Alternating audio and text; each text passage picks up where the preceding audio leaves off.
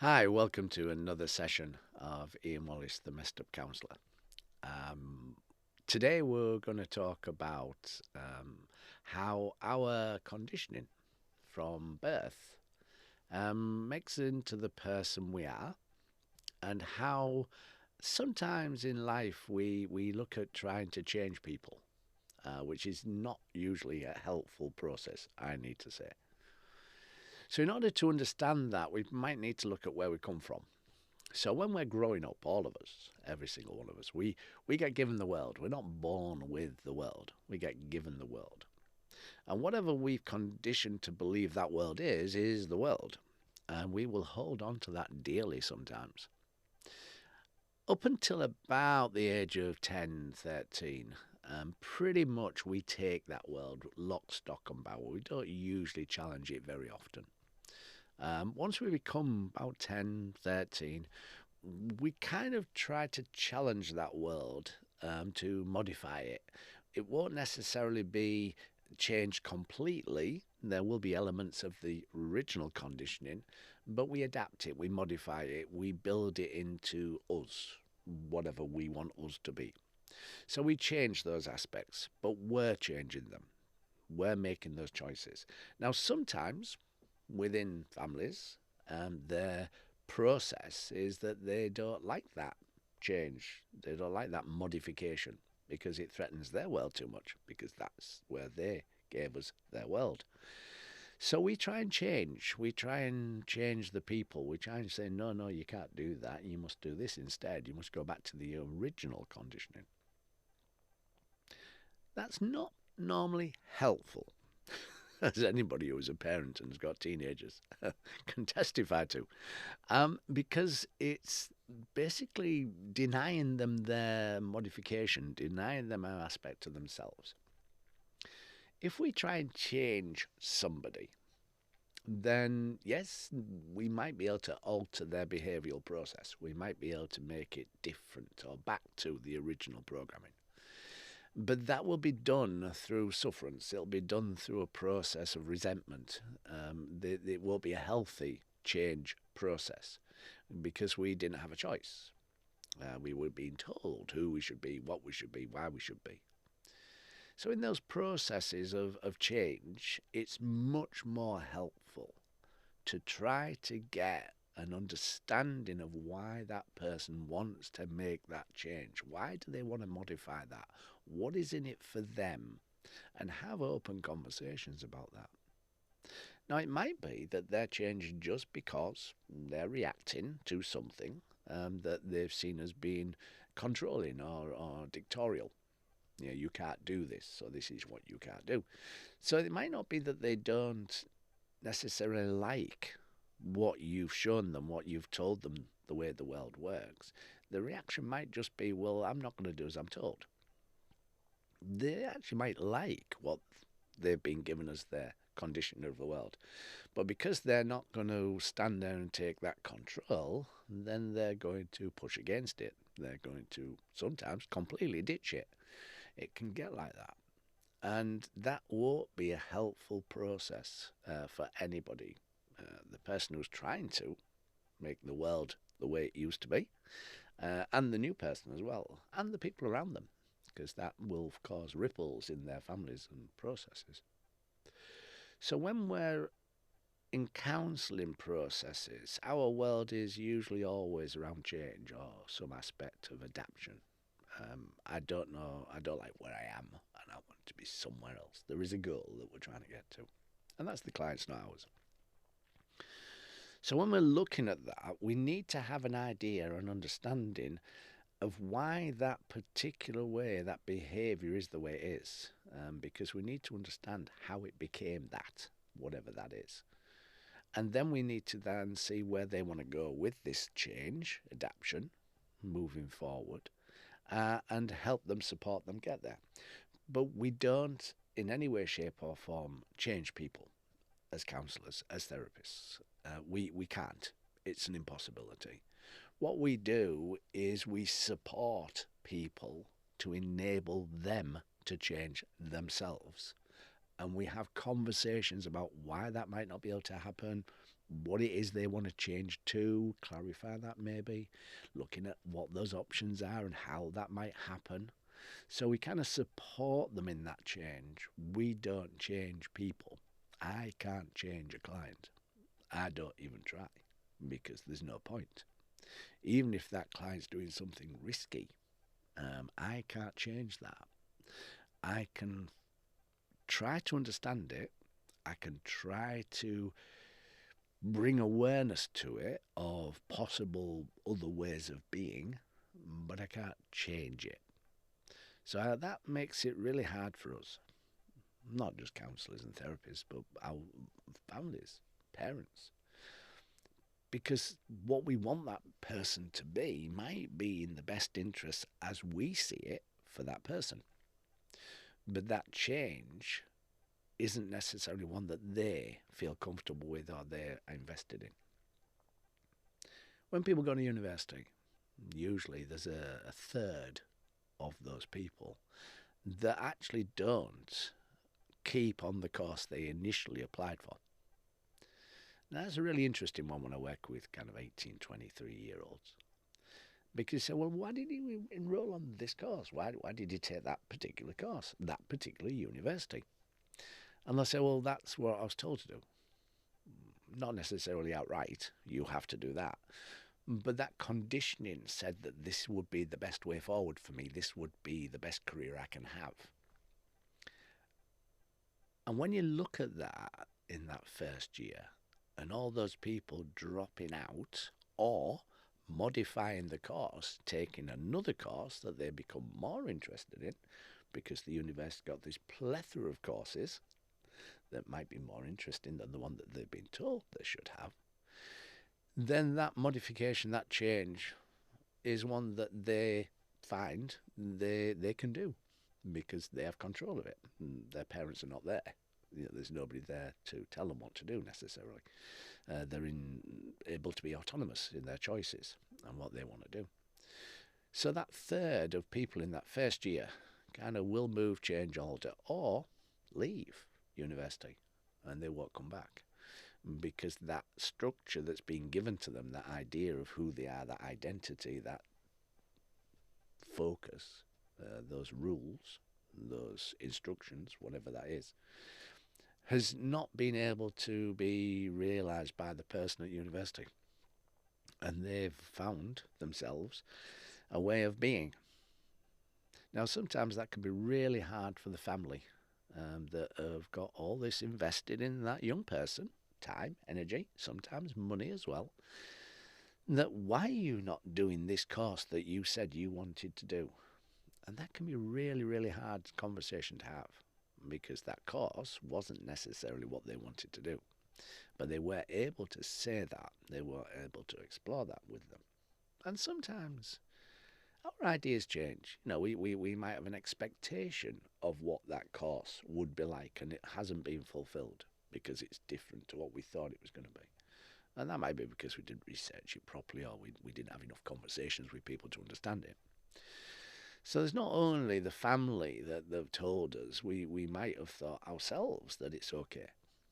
But we will then modify that through that process. Some of us, not all of us. Some will carry on. And some will go through the university, get the degree or the master's or PhD or whatever qualification they've gone for. And then, after they've got all that, they might then not like where they're working or what industry they're working in or career they're working in. So they would adapt it and alter it. When I grew up, my message that I was given was, you brought in money. You made a living. In fact, when I left school, my dad said to me in no uncertain terms, if you don't get a job, you're going in the army. And I didn't want to go in the army, so I got a job. Now, he had given me an interview for a job in the same kind of work he'd done with electronics and things like that. And he got me an apprenticeship at BT, British Telecom in those days. And I didn't want to do that. I said, there's no way I'm doing that. Well, if you don't get a job, you're out. If you don't bring money in, you don't come into this house anymore. And he meant it. And my dad was a stickler for his rules, his processes. So I got a job. I got a job in a supermarket, filling shelves. Low key job, you know, and worked my way up and became manager and all sorts of other things. And that rebellion, which it was in those days, was I'm not going to take your world, I'm going to have my world. Now, I didn't really know what I wanted to do, but I was okay. I excelled in what I did. I started doing sales training, I started getting into all sorts of other career and got to a fairly high level. And if you've probably kind of realised other things that I've put in the past with podcasts and the book, it changed when I got to about 40, and I found that at that point I really found something I wanted to do. Well, it took me 40 years. I was a slow learner, and that thing that I found that I really wanted to do was to be a counsellor, to be a trainer, to help people develop and grow and become. So in those early days when my dad gave me the world and said, well, this is the way the world is and this is what you have to do in this world, I kind of like initially I altered it because I didn't go into the electronics, but I still conformed into bringing the money in because it's a better option than being homeless and sleeping on people's couches. So I conformed to a certain degree under my instructions, my choices. And it made me realise that this process of conditioning, this process of being told who you should be, what you should be, how you should be it, doesn't work. Now, happy with what I do now at 68. Love the job I do. And I certainly wouldn't do anything else. I'm in this until I either can't do it anymore or I retire, one of the two. Because I get stimulated by it, I get excited by it, I enjoy it. It's not actually like work, to be fair. I get tired, obviously, but it's not like work. And as long as I've got a brain, basically, I can keep on doing what I'm doing. But I probably wouldn't have done that when I was 18, 20. So don't worry that you haven't found your particular vocation, your particular interest, something that does stimulate you like that. Because you might do. And it might take a while. It might take 40 odd years to do. But eventually, when you get there, when you get to that process, you can then be more comfortable. You're doing what you want to do. That process of change, when we're working with people who want to change something, then we have to look at the consequences of that change and we have to look at the restrictions of it.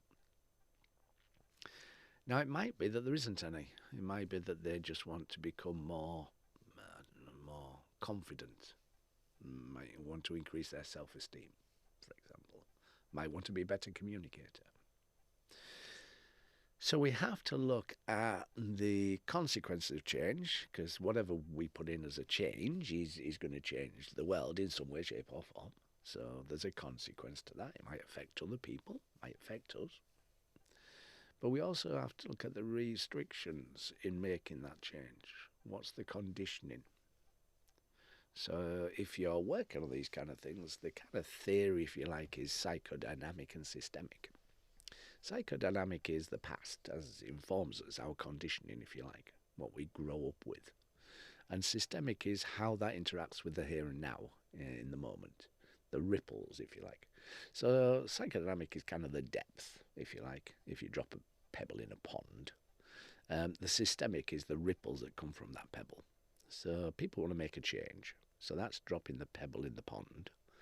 But it's changing the conditioning, i.e. you want to see the restrictions on that change. And it's changing the ripples, the consequences of that change. And I think as we do that in our world as therapists, as counsellors, as whoever or whatever title we have, as mentors, whatever, we can't put us into that. We might have an idea of what would be more beneficial for that person, but that's our understanding of that change and that person. It's not them. So we need to support that person by looking at all these options, all these consequences, these restrictions, and giving them ideas of what that might look like, and having conversations to discuss them and explore them. Forewarned is forearmed, in a sense. So that process helps them, supports them, accepts them for who they are, which is a massive thing for human beings, to be accepted and respected and valued. It's massive. And if we can accept, respect, and value that person and support them in that change, whatever it is, which might change as you process the change, it might be a different end goal than what was originally understood, then that person takes control of their world and their life, and they take control of that choice. And that will make them better at affecting that change, being comfortable with that change, and exploring that change. Now, there are some things that health and safety, for example, that would be unsafe if somebody did something. You know, you're not going to let your 8-year-old walk across the road on their own when there's cars around, obviously. Well, when there's no cars around. So there are some aspects of restrictions, choices, that we put in place for the health, for the well-being, for the benefit, that health and safety stuff, where it's dangerous. But that dangerous aspect we might need to think about, because we might need to allow some elements of moving boundaries. So, say for example, you know, when I was 8-year-old, I would not have got on a bus and gone 8 miles into Hull to school. School was around the corner. When I'm 11, 12, I had to. So even though there was a fear in my family of saying, okay, you know, how do we get you to the bus? How do we get on the bus? Where do we get off the bus? Where do we go to? And there was some process of exploring that, going on the bus with other people and finding the route and all those kind of things. So there was that process of support in getting to that end goal, getting to school in Hull, which was 8 miles away from where I lived. And that process of support, change, developing, gave me more confidence to move around on my own. So initially, it's scary. It is scary, doing 8 miles on a bus and then getting off and doing a 1 mile walk through some areas that I wasn't familiar with. But in that process of change, of adapting, then it meant it was possible. And then I could go on my own. So even though there's that process of change, that choice, was not an easy process of going through. And then at the end, when we reached the goal, I became more confident. My self-esteem was higher. I wasn't as anxious about that process and all those kind of things. And they helped me to get from A to B. So when we're working as counsellors, when we're working as therapists, when we're working as guardians, parents, whoever, and we're kind of looking at change, change will usually only happen if we have the right mental, emotional and physical processes to make it happen. Now that's not for us to decide as the person helping somebody make that change. That's up for us to talk about with them and share and see whether or not they feel that they're comfortable with that change. And it might be that we need to alter it, adapt it, move it in some way, shape or form. So we use what we call a small step approach to change. We move change in small steps, and the smaller the better, to be fair. If we can make it micro steps, that's even better, because those micro steps together make it a bigger step, and we felt we've achieved more. We feel we've grown more. So we break it into a small step approach of change, and then we move through that process, remembering obviously about the consequences of change and the restrictions to change. And when we move through that process, when we support that person in that process, two things usually happen. Is that they will feel more confident about the change because we're exploring it, we're talking about it, we're sharing about it. And usually the change will happen more often. and quicker. So that actually is a double benefit, really. If people don't change or don't want to change, as I've said, we can't force them to, and we shouldn't force them to be fair. But change usually has to have some form of responsibility awareness about where we are. That this is our world, our life, this is what got us here. Less likely to change if we have no responsibility. Less likely for a change to occur if we have no responsibility. So there has to be some aspect of looking at self and saying, okay, I am where I am because of what I've done or what I've not done. Even not doing something is doing something. And that process of moving on, change and adapting has to have that element of responsibility. If we don't have responsibility, change is not as easy to do and sometimes even impossible. So if we are saying that we can't do it because of, we're less likely to change. If we take responsibility and say, okay, I'm here and I got here by doing X, Y, Z, then we're more able to make that change happen. But the change has to be realistic. If it's not realistic, it won't work because we'll fail and we'll reduce our feeling of the confidence and self-esteem. So we want the change to be something that's realistic and achievable. And we need to negotiate what those things are for the person we're working with. So if you're trying to look at change with anybody that you have a relationship with, doesn't matter who they are really, try and look at those aspects, those pieces of it, and have exploration. But don't jump into the really understandable position, certainly if you have feelings and emotions about that person, that you know what they should do or you know where they should be. That is your perception, your assumption, based on maybe you know these people very well, but it's still yours, it's not theirs, and they will be less likely to adopt that change. They'll be more likely to have some kind of conflict with you because they don't see they've got a choice. And that won't work. So the only way to work change is to work with the person that wants to change and support them in that change, whatever it might be. But it might not be the way you think that change should work. And that is awkward sometimes. If we can modify those processes, if we can take responsibility of our changes and make them happen, then we will feel more comfortable, more confident. We'll feel more in control of our lives and our worlds. And we will be more satisfied. We have to allow that change, certainly as parents, because, yes, it might not be what we think needs to happen for them, and that may be motivated in their best interests. But if we don't allow that process to engage, then at some point they will detach from us. At some point they will vote with their feet. And that usually is not the best way to do it. The best way to do it is to do it together.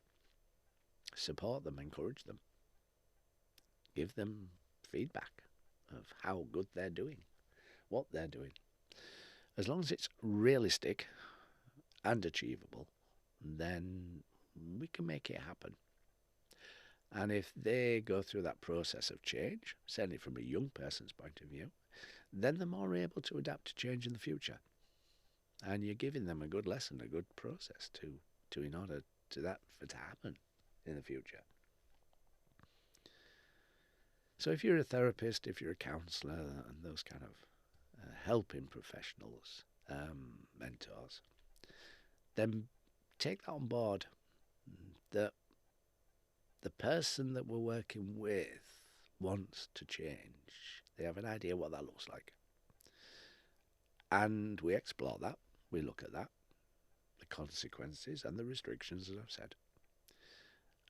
And then we support them Now, if they don't get it right first time, if it doesn't happen, then don't chastise them. Don't say, oh, you didn't do it. Look at the restrictions on that and the consequences. See what was stopping them doing it. What it is that made it unavailable for them or impossible for them.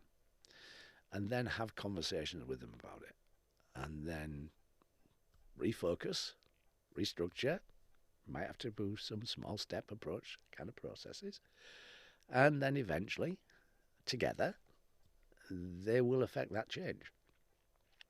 And they will support you if you need to change. Obviously, it's a two-way street. But they'll feel more connected to you. They'll feel more valued and respected. And they'll feel as though they have some aspect of purpose in their life, that their choices, their decisions are being able to manifest, make happen. And when you go through that process with them, they come out the other side. And then we need to be proud of them. We need to be proud of their achievement, whatever that choice is, whatever that change is. And it could be a small change, it doesn't have to be a massive change. But we can be proud of them, and we can be proud in the fact that we've helped them with that process. And they will be proud of us doing so. Most of all that kind of stuff is really connecting, committed process. And if you can have that, then it's really helpful.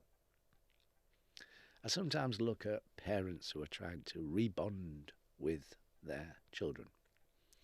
And I'll say to the parent, okay, if you can find an activity, if you can find something that that young person is more proficient at, is more able to do, more skilled than you, and let them be the teacher, that really does change the dynamic of the relationship. If they can teach you something that you are not good at or you don't know anything about, that puts them in the position of feeling respected and valued, because you're asking them to help you. And every young person I've ever worked with, when we've used that process with parents, it's produced a bonding process that says, actually, parents don't always know what's right, can't always do everything. They're not God. They're not super people, man or woman. They can take information from me and I can change their world, their understanding and their process. And it's a massively bonding process to do. So whichever way you change, whichever thing you need to move, alter, change in your life, it's always more helpful to do it with people instead of against people. Hopefully that made sense. I think it did. Maybe it didn't. But if it didn't, I'm sorry. And if it did, great, you know. I'm Ian Wallace. I'm the Messed Up Counsellor. Take care. Have a great life.